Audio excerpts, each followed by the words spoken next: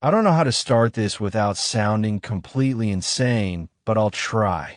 My name is Sean Grady. I'm 32 years old. I work in IT. I rent a small apartment above a thrift shop in Western Massachusetts. And until about 2 months ago, my life was painfully average. Quiet, even boring. Then something changed. Something started whispering to me through my ceiling fan. I know how that sounds. Believeme, ido. If I'd heard someone say that, I'd think they were unwell. But it started slowly, subtly. It wasn't like I suddenly heard a voice one night and screamed myself out of the room. It was a soft sound at first, a strange cadence in the hum of the fan, barely perceptible, almost like static. I remember pausing one night while brushing my teeth, staring at the ceiling of the bathroom as the overhead fan buzzed. There was something rhythmic buried in the droning hum, like breathing. Inhale, pause, exhale. I chalked it up to the age of the building. This place is old, built in the late 1800s. Creaky floors, rattling pipes, windows that moan when the wind hits just right. But then it became clearer, more deliberate. It began about 3 days after I returned from visiting my parents in Maine. I've been gone for a week and left everything powered off. When I got back, the place felt colder than it should have. The kind of cold that doesn't touch your skin, it seeps into your thoughts. I turned the heat up and unpacked, but that night, the sound in the fan returned. At 3:18 a.m., I woke up to a faint clicking sound, like a record skipping. Then came the hum. The fan above my bed was off, but it spun. Slowly, on its own. I stared at it for a long time, telling myself maybe I left it on low. I tried the pull chain, no response. The switch on the wall? Nothing. It kept turning slowly, like it was winding up. Then came the whisper. Not a word. Not at first. Just the feeling of a voice, like someone mouthing syllables right above your head, lips just shy of your ear. That subtle, impossible warmth that tells you you're not alone. I stayed perfectly still under the covers, ears straining. I heard it again, a low, wet rasp. Sean, my name, drawn out like it had weight. I didn't sleep that night. Over the next week, the voice grew bolder. During the day, nothing. The apartment felt totally normal. But when the sun set, always after midnight, the fan would spin on its own and begin whispering. Sometimes it would say my name. Sometimes just unintelligible muttering, like someone talking to themselves in the next room. Always from the fan. I recorded it. On 3 separate nights. I placed my phone on the dresser near the bed and hit record. The first 2 nights yielded nothing but the buzz of the motor and my own shallow breathing. But the third night, when I played it back the next morning, there is a 14-second clip where a voice clearly says, "Are you ready to let me in?" I dropped my phone. That was when I started having the dreams. They always start in my childhood home. But everything is off. The walls are damp. The windows are nailed shut. There's a sickly green light coming through the vents. I hear the fan in every room I go to, even though there are no fans. The hum follows me, and then I always see her, a tall, pale woman in the corner of the room, face hidden behind a curtain of dripping black hair. She doesn't move. She just stares, and from behind her, a single whisper, "You left the door open." I went to my landlord the following morning. I told him something was wrong with the wiring. I left out the part about voices. He's a no-nonsense Vietnam vet named Curtis who doesn't care much for drama. He grumbled and followed me upstairs. When I showed him the fan and said it spun on its own, he chuckled. "It's a passive turn," he said. "Warm air rising might give it a nudge. Gravity. Physics. I didn't argue, but I asked if he could take it down. Replace it, maybe. He gave me a long look and said, "That fan's been here longer than I've owned the building. You're the first person who's ever had a problem with it." That night, the whispering started earlier. I began to avoid my bedroom. I slept on the couch with the lights on. The moment I walked near the bedroom door, the hum would start. It was always faint, like something stirring in a drain. One night, as I tiptoed toward the room to grab clean clothes, I heard footsteps inside. Not the sound of the building settling. Actual, deliberate pacing. Wood groaning under weight. I stood outside the door and placed my hand on the knob, and the fan stopped. Silence. Then a whisper directly on the other side of the door. "It's not just the fan." That's when I reached out to someone. A friend of mine, Darren, is into the paranormal. Ghost hunts, EVP recordings, all that. I sent him the clip I captured and told him it was probably a prank or something. He called me 30 minutes later. I'll never forget his voice. He said, "Sean, that's not a voice." I laughed. What the hell does that mean? It's not vocal cords. I ran it through some filters. It's not modulated the way human speech is. It's like sound mimicking a voice. Think of a parrot, but way more precise. It's not speaking. It's repeating.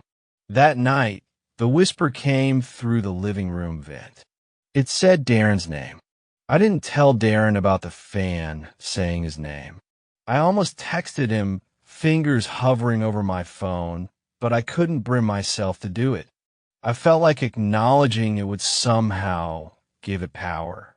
And maybe a part of me still thought I was just unraveling, hallucinating, dreaming with my eyes open.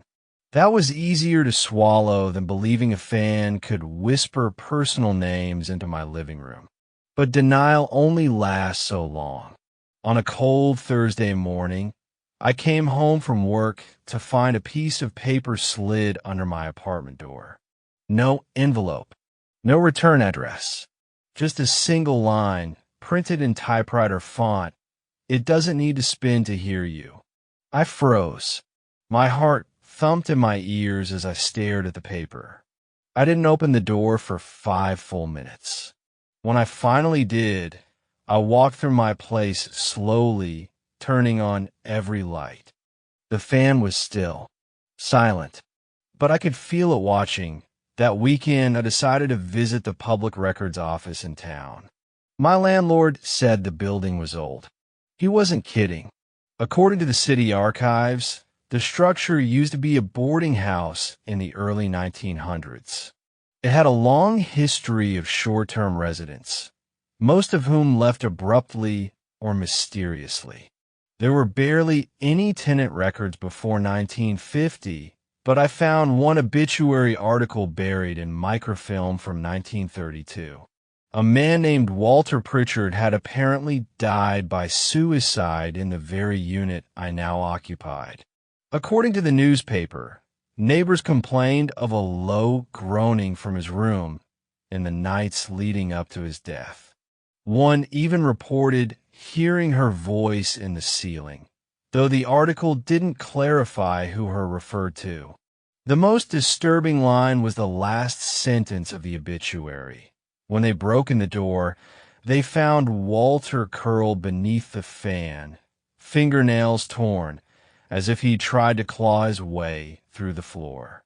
I left the archives shaking. When I got home, I opened my closet and found the light bulb in the ceiling had exploded. Not shattered, exploded. Tiny slivers of glass were scattered across the carpet like teeth. I cleaned it silently, and when I reached to plug in a lamp as a replacement light source, I noticed something I had never seen before. Behind the socket, tucked into a gap in the baseboard, was a bundle of paper. Old, brittle, yellowed from time.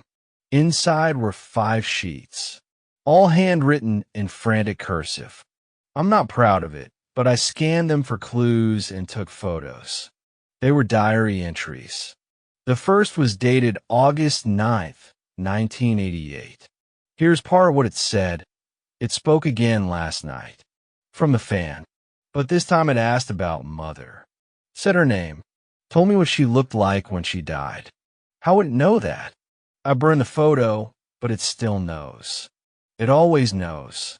Another entry was shorter. No date. It likes the spinning. It feeds on the spinning. If it's moving, it listens. If it's still, it speaks. I had to stop reading after the fifth note. It was written entirely in black ink, but each letter seemed carved rather than penned. The words were etched in shaky lines. I turned it off. It's inside the blades now. Do not sleep beneath it. That night, I unplugged the fan at the circuit box. I lay on the couch again, watching the ceiling. The apartment was unnaturally still, like even the building was holding its breath. But I could feel the pressure in the air change, like static before a storm. Just past midnight, the silence cracked.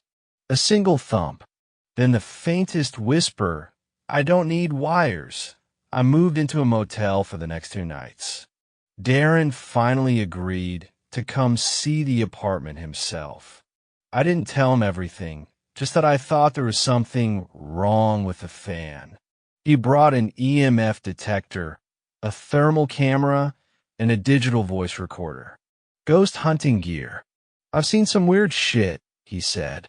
"Let's see what yours looks like." We started the recorder and asked a few basic questions. The usual ghost hunting stuff. Is anyone here? What's your name? Why this room? Nothing responded. But when Darren walked under the fan with the EMF reader, the device began to shriek. "This is not normal," he muttered.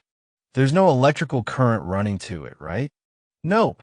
Killed the breaker 2 days ago." Then came the sound. Click, click, click. The fan jerked.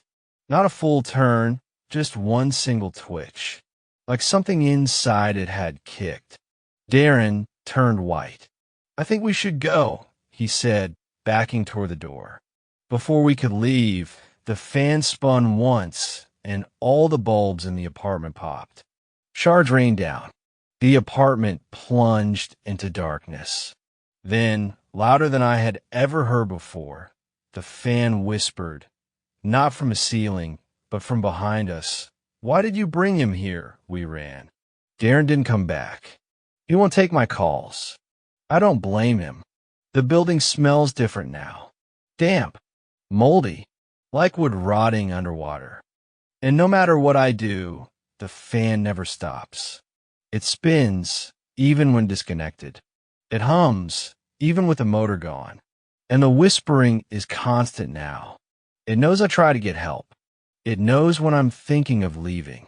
And last night, I woke up with a piece of fan blade in my hand. Dull metal. Warm to the touch. Etched with letters. One more spin. I didn't sleep after the fan blade incident. Every time I closed my eyes, I heard that phrase echoing again. One more spin. Not like a voice in the air anymore, but as if it were vibrating inside my skull. Whispering against the bone. It wasn't just sound now. It was presence. I could feel it in my chest like pressure from high altitude, like the air in my own apartment didn't belong to me anymore. When I got out of bed the next morning, the fan had stopped spinning, but still hummed. A slow, deep resonance like something alive breathing very, very slowly. That's when I noticed the dust. There was a thin coat of dust on the blades, even though it had been spinning just hours before. But the dust didn't look right. It wasn't just gray fluff. It was laced with tiny black hairs, short and brittle, like fragments of burnt bristles. I got up close to inspect one, and the humming intensified. I swear to God, the fan shivered. That was the last straw. I called my landlord. He was a no-nonsense man named Gerald. When he arrived that afternoon, I told him I wanted to break the lease. You can't just leave, Sean, he said. You're in a legal agreement. 2 more months unless you pay the cancellation fee. I showed him the fan. I told him about the whispering, the strange letters, the fact that it moved even without power. I even showed him the fan blade, the one I'd woken up holding with the words etched into it. But something in his expression shifted. He wasn't surprised. He recognized it. This is from Unit 2B, isn't it? He asked. Yeah, I said slowly. How do you know that? Gerald didn't answer right away. He walked to the living room, looked up at the fan, and said, I've replaced that ceiling 3 times. Every time it opens back up. It's like the drywall just pushes itself apart. That sentence made my blood go cold. You knew something was wrong with this place, and you still let me move in? I don't ask questions I don't want answers to, he said, then walked out the door. That night, I heard a new voice. It was quieter and sadder, like it was coming from farther away. Not the usual guttural whisper from the fan. This one had a childlike lilt. I was lying in bed when I heard it, soft and hesitant. It's not done spinning, Sean. I sat upright. My bedroom fan, a separate one from the living room, had started to turn. It had no pull string. It was off, or should have been. The whisper came again, still from the ceiling. Please don't leave yet. He's still hungry. I didn't sleep. I went back into the city archives the next day, and what I found confirmed everything I had feared. There were at least 5 reported disappearances from tenants of my unit dating back to 1971. Most were transients, students, or single renters with no close family. Nothing that would draw a media storm. In each case, the report noted the same thing. Their apartment was left locked from the inside, belongings untouched, fans still spinning. There were also some unofficial accounts. A blog post from 2009 by a woman named Kelly who claimed she had lived in 2B for exactly 43 days before the ceiling started whispering to her. She wrote that it started with phrases she recognized, her late mother's voice, then her father's, then her own voice screaming. She moved out after finding her bedsheets tied in a noose every night, even after she threw them away. She ended the post with a line I can't forget. It doesn't speak until it knows your fear. Then it learns your name. Then it waits until you're alone to whisper it back. I came home to find the walls were sweating. That's the only way I can describe it. Damp streaks running down the drywall, with an earthy, moldy smell. When I wiped it with a paper towel, it came back with a reddish tinge. Not blood exactly, but something like rust. Old and organic. Then came the sound, like something heavy dragging across the ceiling, slowly, then stopping directly above me. A knock, from inside the plaster. Knock, knock. Let me down, Sean.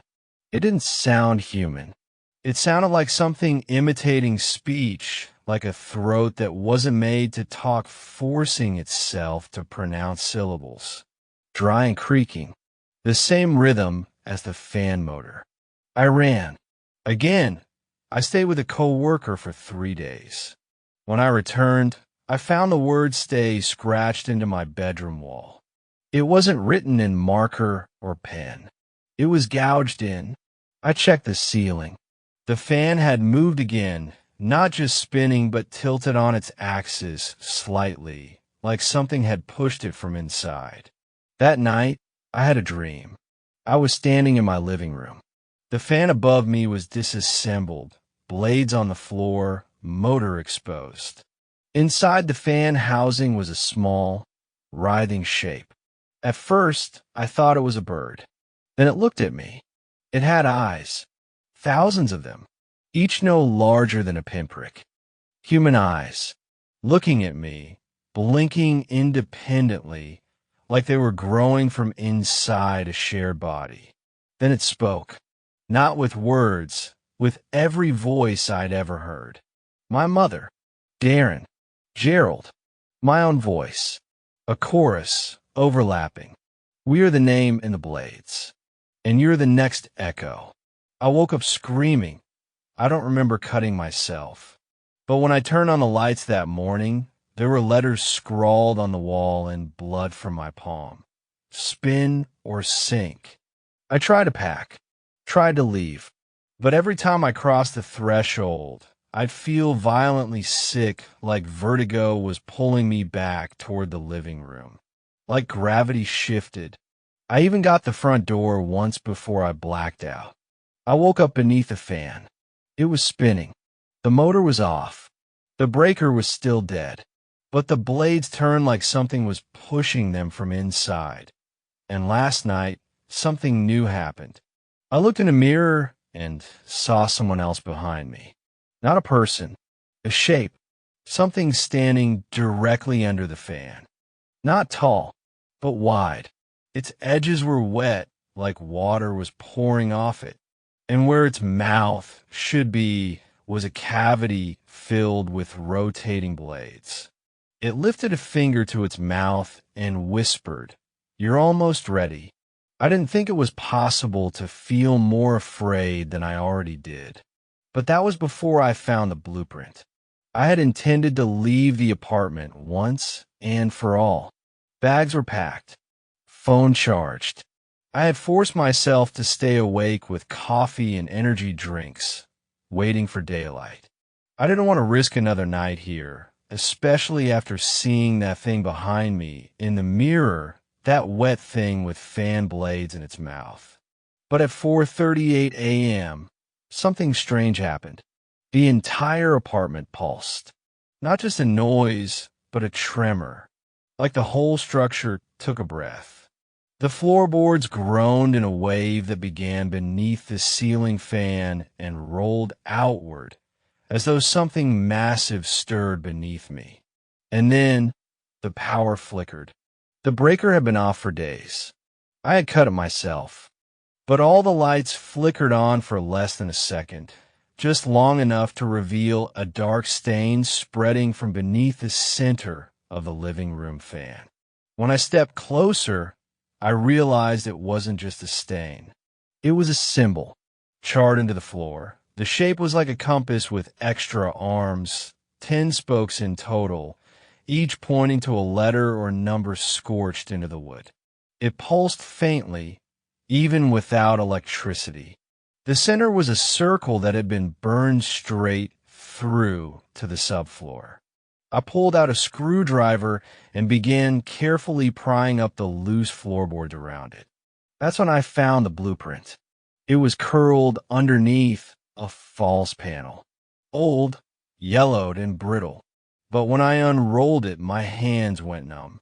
It wasn't a blueprint for the apartment. It was a blueprint for me. It showed a figure in the middle of a room, marked in red ink, and a ceiling fan positioned directly above him. Arrows extended from the fan to specific points on the human body. Eyes, ears, throat, spine, all labeled with horrifying precision. Below the diagram was a handwritten note in ink that had bled into the paper. 1 rotation for each name forgotten. 10 rotations for every scream left unheard. Let the blades carve the voice into the echo chamber. Let the structure remember. Let the mouth below open. My hand shook so hard I tore the edge of the paper. There were more diagrams, each worse than the last. Fan designs, but not mechanical. Anatomical. The blades were sketched like rib bones. The motor was connected to something that looked like a brainstem. And the final page? It was dated 1971 and signed with the name Jonas Kepler. The same name that had been carved into the fan blade I'd found in bed. I dug deeper. Using the claw end of a hammer, I pulled up more of the floor. Beneath the boards, I found what looked like a crawl space, or at least what used to be one. It had been filled with concrete and something else. Teeth, hundreds of them, loose, cracked, some still red, embedded in the cement like fossils. I dropped the hammer, and as I backed away, the fan above me spun. No wind, no sound, just the slow, deliberate motion, each blade turning with rhythmic, ominous weight. Then the whisper came again. You've almost remembered, Sean. It was no longer imitating a human voice. This was something else. A mouth that had learned language from listening too long. I fled to the building's archives. The landlord never came back, but I remembered he had left a key in his mailbox. I used it to get into the basement office. Inside, I found a filing cabinet with old tenant logs. Unit 2B. There had been at least a dozen occupants prior to me, most with short lease durations, 6 months or less. But 2 names stood out.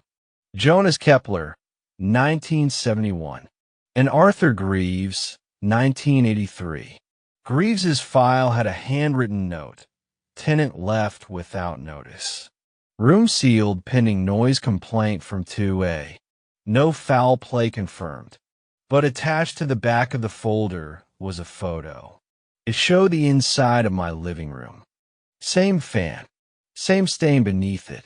But in the photo, the stain formed a mouth, teeth and all, warped across the floorboards like something had melted through from below. And in the center of that mouth was a note, partially obscured by shadow. Don't let it learn your name. Back at the apartment, things escalated. I began hearing voices even with the fan completely removed. That's right, I disassembled it. Took it down piece by piece and dropped it in the dumpster behind the building. But that didn't matter. The voice was still in the ceiling. It called to me constantly now. At first, my name. Then other names, Jonas, Arthur, Kelly. Sometimes it spoke nonsense, guttural syllables like Grothelin or Morikvek. And sometimes it sang, a low, rumbling drone that made my teeth vibrate. One night, I woke up with my hands tied above my head by the pull cord from the bathroom fan. I don't remember how I got there. My feet were soaked in water, and written across the mirror in steam were the words, Spin T.O. Speak. Bleed to remember. I was losing time, hours at a stretch. That brings me to tonight. The whisper has changed. It no longer comes from above. Now it's behind me. Wherever I go, it follows, a faint breath against the back of my neck. You're almost ready. The blueprint. It started to make sense. It wasn't a diagram of what it was. It was what it's building. And I'm the last piece. It doesn't want a voice. It wants a mouth. The night I tore the fan out of the ceiling was the last time I felt like I had any control. I had wrapped my fingers around the base, yanked until wires sparked and snapped loose, and thrown the whole metal body down the apartment stairs. It clattered into the street like a dead animal. I remember watching it twitch once on the pavement, even though it had no power, no reason to move. But even as I stood above it, breath ragged, I could still hear the whisper. Not on the ceiling anymore. Now it was inside me. I stopped sleeping. The voices would start the second I closed my eyes. They weren't just whispers anymore, but words I knew, voices from my childhood, my dead grandfather's laugh, my mom humming in the kitchen. Even the quiet muttering I used to hear from my brother's room when we were kids and he would talk to himself. They all said the same thing over and over. Let it open. Lid open. Lid open. I jammed towels into the vent shafts, taped every crevice, sealed the sockets and switches. But the air still hummed. Not loud, but deep, like the building itself was waiting to speak. I don't know what drove me to look in the crawl space again. Maybe I thought there would be answers in the concrete slab. Maybe I thought I could break it open, find whatever was buried there, and end this. I don't remember grabbing the hammer, or the flashlight, or even crawling beneath the floor. All I remember is the teeth. They were everywhere. Not just embedded in the concrete now, but growing out of it like ivory mushrooms. They pushed up through the cracks, new ones, baby-sized, still soft and wet at the root. The flashlight flickered as I moved deeper. And then I saw it. A hole. Not dug. Eroded. Perfectly round, barely the width of my chest, and lined with a spiral pattern of bone. The deeper it went, the tighter the spiral. The inside of the hole was breathing. I swear it pulsed like a throat. And at the bottom, there was a noise. Not a whisper anymore. A call. When I climbed out, I was covered in dirt and blood. The inside of my palms were torn from where I'd clenched the flashlight too hard. One of the teeth had punctured through my jeans and sliced into my thigh. I remember crawling across the living room floor, leaving smears of blood, and trying to stand, but my knees wouldn't stop shaking. The entire apartment was vibrating, but not from outside. From beneath. That was the night I saw the painting. It was behind the drywall. I had knocked a hole in the wall out of frustration after the whisper repeated my mother's voice so clearly I collapsed. When the plaster crumbled, I saw something behind the wooden slats, a thin canvas, yellowed with age, nailed to the studs. It was a painting of me, sitting in my apartment, wearing the exact same clothes I had on. The window behind me showed the night sky, full moon and all. And there, hanging above me in the painting, was the fan. Intact, spinning, and inside the shadow of its spinning blades, a figure. Faceless, bending down behind me with its hand pressed to my neck. I screamed. I think I blacked out. When I woke up, the fan was back in the ceiling. Completely reassembled. Perfect. Clean. New. There were no wires, no screws, no indication that it had ever been removed. I threw a stool at it. It didn't budge. I tried pulling it out again. Nothing. It was grown in. That's when I noticed the pull cord. It was longer now, almost dragging the floor. Tied into it was a lock of hair. Curly. Brown. I recognized it immediately. It was my brother's. He died 3 years ago. The walls began changing after that. They grew damp. At first, I thought it was water damage, but the liquid had a smell, not mold, but coppery. Wet. Like blood. I pressed my hand to the drywall, and it sank in just slightly, as if the wall had softened. When I pulled back, my fingers came away red. Then came the mouth. It opened beneath the fan. A circle of cracked wood and teeth, like the ones under the floor, stretching outward. I heard it whisper as I stood above it. We have always watched you.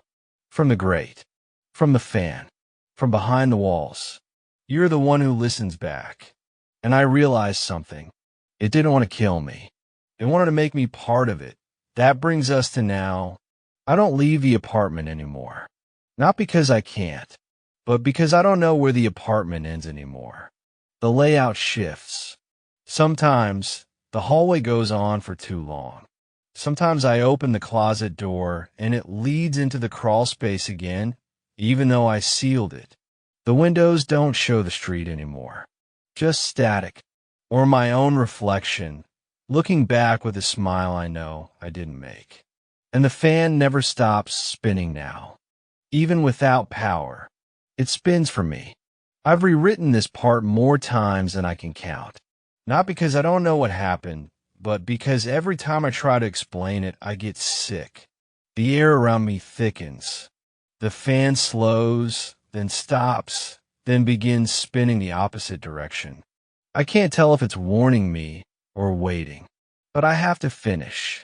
before the whisper inside the blades becomes something else. Before I start whispering too. The final night, I stopped fighting. I laid flat on the living room floor, breathing in the thick, iron-tainted air. I could hear the fans spinning above me. Not loud, not urgent, just steady, patient, a lullaby without music. It spoke in a language I don't remember learning, but understood perfectly. Not in words, but in rhythm. Come down, come in, come home. I didn't bring a flashlight this time. I didn't need to. The mouth and the floor had widened, impossibly wide. The edges weren't wood anymore, but flesh, lined with teeth. Not human ones, either. Some were flat and huge like molars from a horse. Others were needle-sharp and curved like they belonged in deep-sea fish. I climbed inside anyway. The spiral beneath the apartment was no longer just a hole in concrete. It had changed. The walls pulsed, lined with pulpy moss. The texture of flayed muscle and decayed paper. As I moved deeper, the tunnel moaned. It didn't echo like sound, it responded, reacted, shifted its shape depending on my steps. It knew me. About 20 feet down, the temperature dropped. I saw breath in the air, and the walls changed again. Grew smoother, flattened. Faces began to form. They stretched from the slick organic walls like fossils pressed in amber. Some I recognized immediately. The old woman from the apartment next door. My ex, a boy from college I hadn't seen in 10 years. And worse, some I didn't recognize at all, but they recognized me. Their lips moved, but no sound came out. Until I touched one. The moment my hand brushed the face of my mother, it spoke through the fan in my apartment, miles above. I heard her voice upstairs, calling my name. Sen, are you cold? Why didn't you knock? My mother's been dead for 5 years. I kept moving. At the base of the spiral, the tunnel opened into a room. A massive, round space lit by a soft, green glow. Moss-covered floors. Walls layered with human skin, stretched and stitched in a spiral.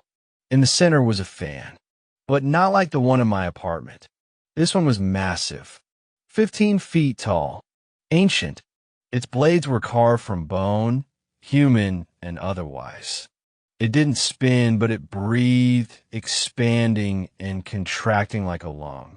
And hanging from it was me, or what looked like me, naked, lifeless, sprawled across the fan's central axis like a crucifix. Its mouth was sewn shut with hair, and on its chest, carved into skin, you heard it. I turned to run, but the door was gone. The tunnel behind me had sealed. I was inside it now. Then it rose, not from the floor, from behind the air itself. A figure, tall, impossibly thin, moving like a shadow underwater. No face, no eyes. Just a long vertical slit down the center of its head, constantly opening and closing like a vent.